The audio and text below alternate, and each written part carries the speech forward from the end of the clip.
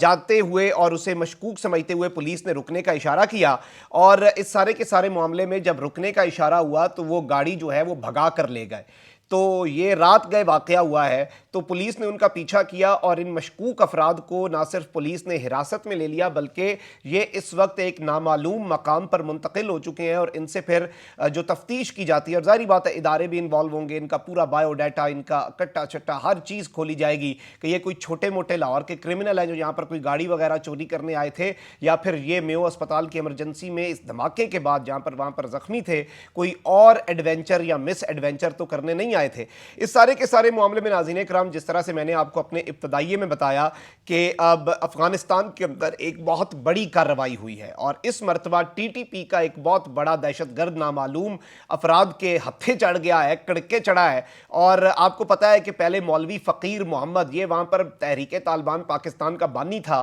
اور یہ بڑا دندناتا پھرتا تھا اپنے حجرے میں، اس کے اوپر ڈرون سٹرائک ہوئی، اور یہ ڈرون سٹرائک انہیں ہلانے کے لیے کافی تھی تحریک طالبان پاکستان کو، کیونکہ وہ پاکستان کے اندر سے نہیں ہوئی، وہ افغانستان کے اندر سے ہی ڈرون اڑا، افغانستان میں اس کے حجرے پہ لگ گیا، وہ اس میں بچنے میں کامیاب ہوا۔ پھر خالد بلتی محمد خراسانی جو ہے اسے واصل جہنم کیا گیا، اور یہ دہشت گرد گروہوں کو اکٹھا کر رہا تھا، سب کو ری آرگنائز کر رہا تھا۔ اس کے ساتھ ہی ساتھ ناظرین کرام پھر جو ان کا نور ولی محسود ہے اس کے کھانے میں زہر ملایا گیا۔ یہ تو کارروائیاں افغان سرزمین پر ہوئیں، اس کے بعد پاکستان کی ٹیریٹری میں تو پھر جھاڑو اعلانیہ جھاڑو پھیرا گیا ان کے اوپر۔ مولوی فقیر محمد وہاں سے بچا، یہاں پر اس کا قریبی ساتھی وزیرستان میں اڑا دیا گیا۔ بلوچستان کے اندر کارروائیاں ہوئیں، 20-20 لاکھ 5-5 لاکھ القاعدہ، جند اللہ گروپ، ٹی ٹی پی، ان سب کے کارندوں کو یا تو زندہ گرفتار کیا گیا پچھلے 3 ہفتوں کے اندر، یا پھر انہیں ان کی مردہ حالت کے اندر انہیں پکڑا گیا، تیسرا کوئی آپشن ان کے لیے نہیں رکھا گیا۔ اسی طرح کی ایک بہت بڑی کارروائی جو افغانستان کے اندر دندناتا پھرتا تھا، مفتی برجان اس کا نام تھا ناظرین کرام، اور یہ سینئر ترین تحریک طالبان پاکستان کا کمانڈر تھا، اس کا تعلق سوات سے تھا، اور اس سب کے حوالے سے کنڑ صوبہ جو ہے افغانستان کا، جو کہ پاکستان سے ملحقہ صوبہ ہے، کنڑ صوبے کے اندر اس شخص کے اوپر ایک اسیسینیشن اٹیمپٹ ہوا ہے ان نون ان آئیڈینٹیفائڈ لوگوں کی جانب سے۔ نامعلوم افراد جو ہیں جن کی کوئی پہچان نہیں ہو سکی، جن کی کوئی شناخت نہیں ہو سکی، انہوں نے اس شخص کے اوپر ایک حملہ کیا ہے، اور اس کے اندر اس کے حوالے سے اطلاعات جو لاسٹ مجھے موصول ہوئی ہیں میں آپ کے سامنے ساری رکھتا ہوں۔ ایک تو یہ شخص جو ہے یہ بہت کرٹیکلی انجر ہوا ہے اس میں، جبکہ اس حوالے سے یہ اس شخص کو انہوں نے مالاکنڈ ریجن جو ہے پاکستان کا، اپنی ایک انہوں نے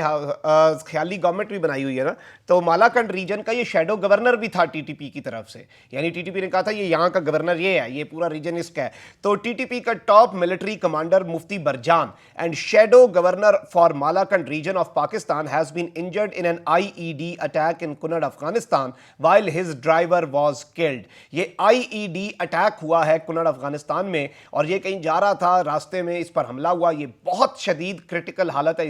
اس کی موت کے حوالے سے ابھی ڈیٹیلز جو ہیں وہ کنفرم یہ خود نہیں کر رہے، یہ البتہ خود بھی 3-4 دن بعد ہی کرتے ہیں ہیں کیونکہ ورنہ بڑا انریسٹ سا پایا جاتا ہے. البتہ اس کا ڈرائیور تو موقع پہ مارا گیا. Reports claim he was said to be travelling to meet fresh group of fighters from Waziristan. Waziristan سے نئے فائٹرز آئے تھے افغانستان, جن سے یہ مل کر انہیں ٹاسک دینا چاہتا تھا, ان کا حوصلہ بڑھانا چاہتا تھا, انہیں ویلکم کرنا چاہتا تھا ٹی ٹی پی کے اندر, اور انہیں کہنا چاہتا تھا اور پلانز دینا چاہتا تھا کہ کس طرح سے پاکستان کے اندر دہشت گردی کی جائے, لیکن اسے اس کی مہلت نہیں ملی. یہ ان فریش فائٹرز کو بھی پیغام ہے جو نئے جنگجو انہوں نے بھرتی کیے ہیں. Local sources have also confirmed that Mufti Burjan who was senior TTP commander is critically injured in an IED blast in Kunnar which targeted his convoy. یہ پورے قافلے کی صورت میں جا رہا تھا, لیکن یہ بہت ٹیکنیکلی کیا گیا ہے, اور اس سارے کے سارے معاملے میں کسی نے اس حملے کی نہ تو ذمہ داری قبول کیا, اور یہ ان کلیئر ہے کس نے کیا ہے. اور پچھلی کارروائیوں میں بھی ایسی چیزیں ان کلیئر ہی رہتی ہیں, کسی کو پتہ نہیں چلتا کون کام کر کے چلا گیا.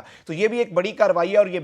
BLF کے جو دہشت گرد ہیں ان کے لیے, اور پاکستان کے امن کے دشمنوں تمام دہشت گردوں کے لیے پیغام ہے کہ چھوڑا تو کسی کو نہیں جائے گا. کامنٹ سیکشن میں ناظرین کرام رائے کا اظہار ضرور کیجیے گا. اس ویڈیو کو زیادہ سے زیادہ شیئر کریں, چینل کو سبسکرائب کر لیں, بیل آئیکن کو پریس کر دیں. اپنا بہت زیادہ خیال رکھیے گا, اپنے ارد گرد لوگوں کا بھی اور اس ملک پاکستان کا بھی. اللہ تعالیٰ پاکستان کو سلامت رکھے, اللہ تعالیٰ ہمارے پیارے پاکستان کو تا قیامت رکھے. اللہ نگہبان. پاکستان زندہ باد.